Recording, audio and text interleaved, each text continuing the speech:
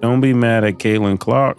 She's getting $28 million. Don't they want sisters to get paid, or they don't want a white girl to get paid first? I think that's what it is. Definitely what it is. Since she has signed this contract, you guys, and her WNBA season has come and gone. And with that, Nike has not done one thing to promote her. We have not seen any commercials. We have not seen any ads. We have not seen any Caitlyn Clark merchandise. And we for sure as hell have not seen any Caitlyn Clark signature shoes. What if I told you that a single endorsement deal could shake up the entire sports world? Caitlyn Clark's massive Adidas contract isn't just about sneakers. It's exposing a whole lot more, from racial tensions to gender battles. This deal is throwing everything we thought we knew about sports marketing right out the window. I want A'ja Wilson to have a shoe and every black young lady to have a shoe. But she's marketable, and I'm not saying you young ladies aren't. You said A'ja who? A'ja Wilson. A'ja Wilson. So from the Aces? Yes. That's what everybody's mad Oh about, my because she goodness. doesn't have a sneaker. Yeah, that does make sense. Right. So I'm not saying she's not marketable, but people are up in a frenzy, and nobody was paying attention when I was talking about this during the NCAA tournament, not the sneaker part. Now you might be thinking, what's the big deal? Well, let me break it down for you. Nike signed both A'ja Wilson and Caitlyn Clark, but neither of them had their own signature shoe at the time. Then Nike decided to produce a signature shoe for A'ja Wilson, while Caitlyn Clark was told to wait. Conversations with people in the know, it indeed has something to do with the WNBA MVP and Nike athlete A'ja Wilson. And after that, silence from Nike. Meanwhile, we've got Caitlyn Clark, the rookie sensation, signing this huge deal with Adidas. But the timing raises questions on the other side. A'ja Wilson, a multiple MVP winner, is about to start producing her own signature shoe. But this time, it's Nike that wants to take the lead. When you deal with corporate America, it is no feelings involved. It is purely business. And a lot of people get emotional over race, over how good you are, over if this person's a better basketball player, football player, rapper, singer, whatever. It is all about business for corporations in corporate America. And it's all about, can you sell their product? But here's where it gets really interesting. This isn't just about two players. It's about race, gender, and the future of sports marketing. We're talking about a deal that's shaking up the entire industry. And you know what we're going to uncover: why this is so much more than just business as usual. Get ready, because this story is about to change everything. You thought you knew about sports endorsements? It's Nike, Under Armour, Adidas, Reebok, whoever said, could she sell our shoe? Could we sell our shoe? Because when you sit there and say, Caitlyn Clark got $28 million, first of all, that equals $3.5 million a year if you do the division. Yeah. All right, let's zoom out for a second. This isn't just Caitlyn versus AIA anymore. We're watching a clash of titans. Nike and Adidas are going head-to-head, and the stakes are higher than ever. You ready to see how this shakes out?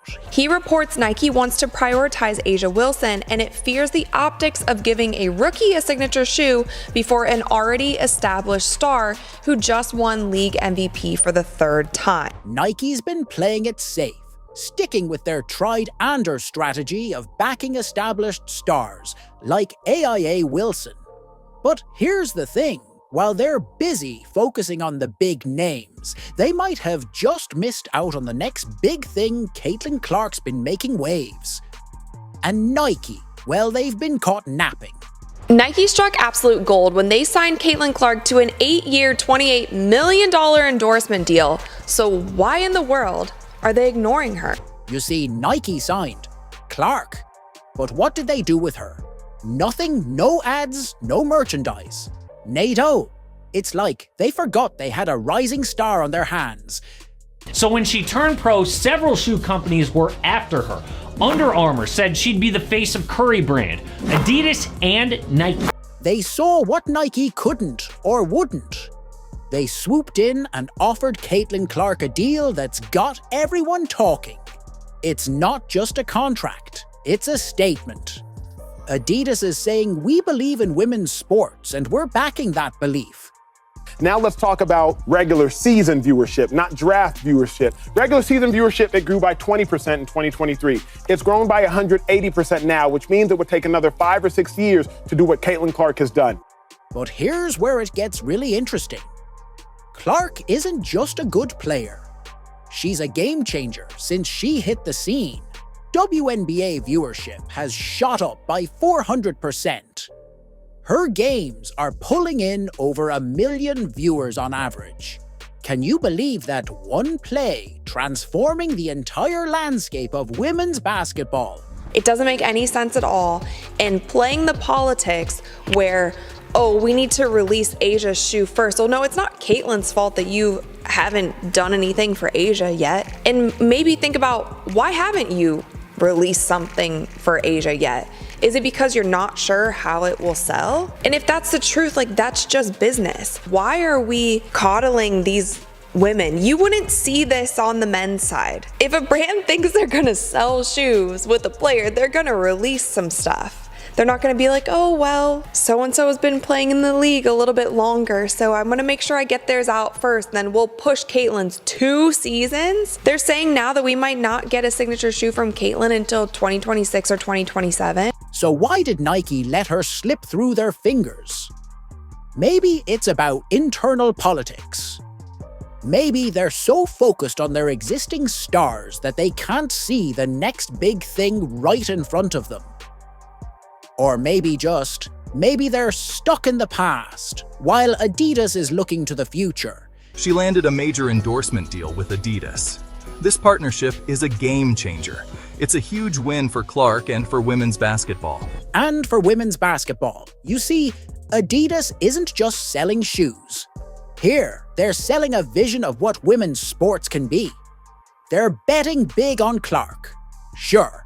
But they're also betting on a whole new era of sports marketing. They're saying, hey, we see the potential in women's sports, and we're going all in, and Nike they're left playing catch-up. They've got AIA Wilson, a multiple MVP winner, still waiting for her signature shoe. Meanwhile, Adidas is out here changing the game. Where people can love a player, love everything that they're about, and want to buy their shoes. Wilson capitalized on Caitlyn Clark, and they put out signature Caitlyn Clark balls and other merch that literally sold out within minutes of them going live. The hype that Caitlyn Clark had going into this season, we will not see that again. She came off of playing in a national championship game that had over 20 million people tuned into that game, then going straight into the draft, and then going straight into the WNBA and breaking an insane amount of records. So, what does this mean for the future of sports marketing? Are we seeing a changing of the guard? Is Adidas about to leave Nike in the dust when it comes to women's sports? Nope, you're white, you have to stand in line. We're committed to Asia Wilson. Asia Wilson's not going to sell a shoe. The plot thickens while everyone's focused on the dollar signs. A controversial question is bubbling up. Is race playing a role in this endorsement drama? And if so, how might it reshape the entire sports marketing landscape? You might think this is just about sneakers and contracts, but there's a whole lot more going on beneath the surface. We're talking about a situation that's exposing some deeper-rooted issues in the world of sports marketing. I wonder how many comments they read from black fans saying something like, don't let the white media promote that white bitch into taking over our game. Let's tackle the elephant in the room head on. Some people are saying the backlash against Caitlyn Clark's success isn't just about her skills on the court. They're pointing to the fact that she's a white athlete in a sport that's predominantly black. Now, that's a touchy subject, but it's one we can't ignore if we want to understand what's really going on here. Hey, Asia will be offended. This is Don Staley and the rest. of the angry Yas Queen feminists saying, don't do that for that white girl until you make this 6'5" black woman more popular than the white girl. That when you look around and ask yourself, why is the WNBA marketing the playoffs leading with A'ja Wilson and not Kelsey Mitchell, not Caitlyn Clark? Why? Why are they? No, you're white. You have to stand in line. We're committed to A'ja Wilson. But it's not just about race. This whole situation is shining a spotlight on gender in sports marketing too. Clark's deal with Adidas isn't just changing the game for her, it's reshaping expectations for women's sports endorsements across the board. We're seeing a shift in how companies value women, athletes, and their potential marketability. How impressive has A'ja been this season? I think she's the greatest player in the game. I think she's one of the greatest players of all time, and we just need to stand down and recognize and pay homage. 24.0 points per game, 12.1 rebounds per game, and now 1,000 points in a single season. A'ja Wilson's stats are off the charts, but numbers only tell a part of the story. Now, let's talk about A'ja Wilson for a second. She's a multiple MVP winner, right? You'd think she'd be at the top of the endorsement food chain. But here's what she had to say. It's crazy because I literally can't get a signature shoe. Can you believe that? A player of her caliber still waiting for that recognition? It really makes you wonder about the criteria these companies are using to make their decisions into the biggest star in sports. It ain't happening. They're lying to themselves. They're delusional. This whole controversy is forcing us to take a hard look at representation and recognition in sports marketing. Who gets the big deals? Who gets left behind? And why these are questions that brands can ignore anymore. These leftists are idiots. Idiots. They're not about business. They're not about growing the WNBA. They're about diversity, equity, and inclusion. This is insanity, what they're doing to Caitlyn Clark. It's bad business. It's short-sighted. When this woman exits the playoffs, probably tonight, the WNBA playoffs are over. But here's where it gets really interesting. This situation isn't just exposing problems. It's pushing for change. Companies are being forced to confront their biases and rethink their approach to promoting diverse athletes. We're seeing a potential shift in the entire landscape of sports marketing. Iowa Hawkeyes basketball star and top WNBA draft pick Caitlyn Clark is coming to Indiana. She'll suit up to play for the Fever in Indianapolis. It's news that may have some people wanting to buy her jersey, and for some jerseys, prices are topping hundreds of dollars. Think about it. If Adidas can see the potential in Caitlyn Clark, what other opportunities are out there that traditional marketing strategies might be missing? This could be the start of a whole new era in sports endorsements, where companies look beyond the usual suspects and start investing in a more diverse range of athletes. If I were to get some gear in here, I'm sure it would sell real quick. But I haven't had access to any Indiana Fever gear.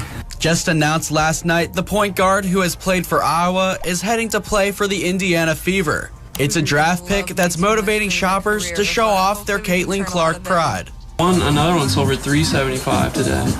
You heard that correctly. A Caitlyn Clark Fever jersey sold for $375 online. In Aschenbrenner's experience, nonetheless, fans have come to him for Iowa Hawkeyes merchandise. The Caitlyn Clark effect continues. The popularity surrounding the superstar is now extending to the WNBA. Yes, fans are on the hunt for anything and everything Clark now that she's officially a member of the Indiana Fever. That's something KCCI's Kayla James learned in West Des Moines today as two local shops prepare for the expected rush. Fans are looking for anything Clark and Indiana Fever related. In my year time of being here, this is the first thing we've sold, really, besides like Hawkeye. We sold out of like her "you break it, you own it" shirt in like just a few days' time.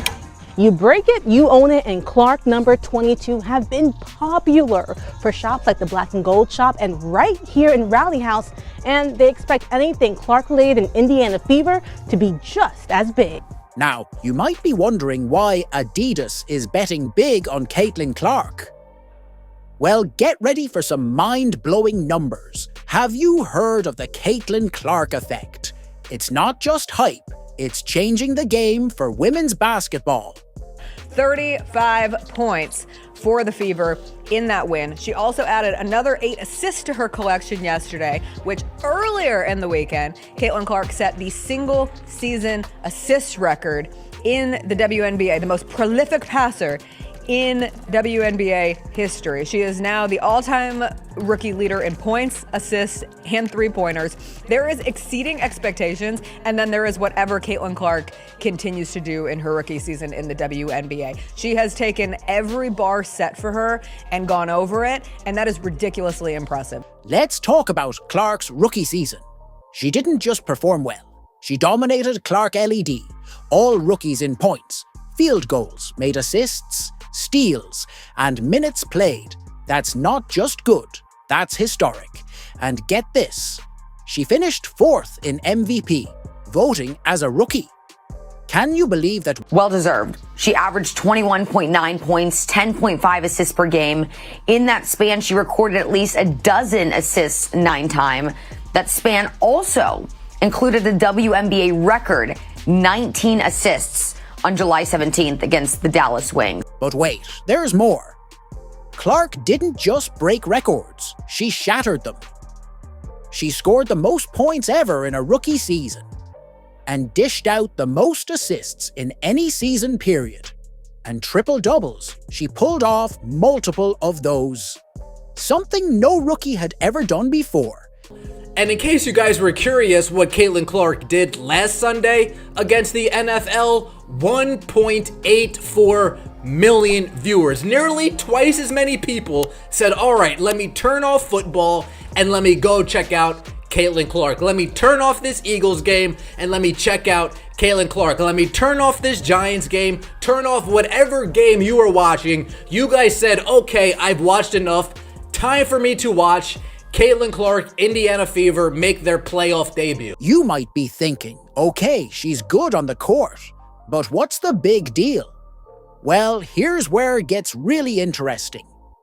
Clark isn't just changing the game. She's changing the entire business of women's basketball. Remember, Caitlyn Clark was drafted first, which means last year they were the worst team in the WNBA. It did not matter because this season they were the most watched team in the league.